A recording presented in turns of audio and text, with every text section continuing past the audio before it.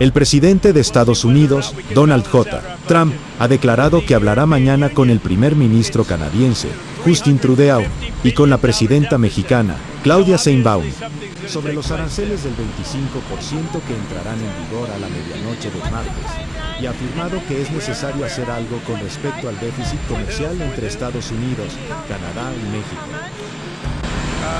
I wouldn't say there's a timeline, but it's going to be pretty soon.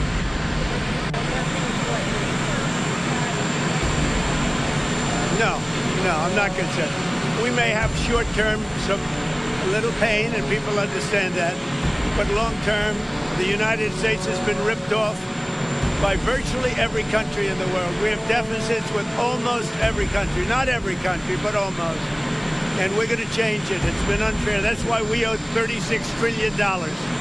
We have deficits with everybody. We help everybody. We've been helping everybody for years. And to be honest, I don't think they appreciate it.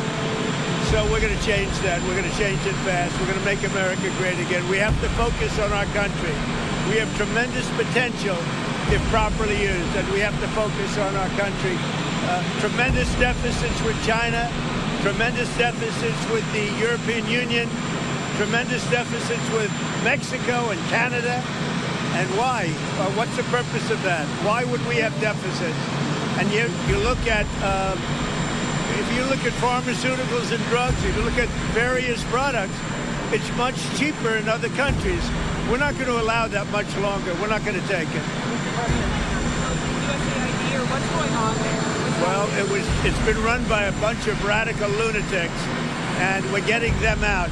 USAID, run by radical lunatics, and we're getting them out, and then we'll make a decision. Mr. President, have you spoken with anyone from Canada or from Mexico since you opposed? I've spoken with people from Canada.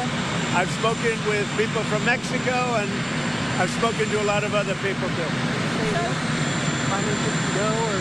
I'm speaking with Prime Minister Trudeau tomorrow morning, and I'm also speaking with Mexico tomorrow morning. And I don't expect anything very dramatic. We put tariffs on. They owe us a lot of money, and I'm sure they're going to pay. Would you send troops to take the Canal of Panama? About what? Panama, the Canal of Panama. Would you send U.S. troops? I don't think troops will be necessary in Panama. What Panama has done is terrible for national security for this part of the world. And, 70% of the signage on the Panama Canal was written in Chinese. That's not right. So it wasn't meant for China. It should have never been made. The deal was a ridiculous deal. We lost 38,000 people building the Panama Canal, one of the great wonders of the world. 38. It was the most expensive project ever built by this country, if you take it forward. The most expensive project ever built. We lost 38,000. And what happens? China owns it all of a sudden? It's not going to happen. We're not going to let that happen. We have national security concerns, and they wouldn't let it happen either. Mr. President, what does Canada and Mexico need to do for you to lift the tariffs? What are specifically you want? They'd have to balance out their trade, number one.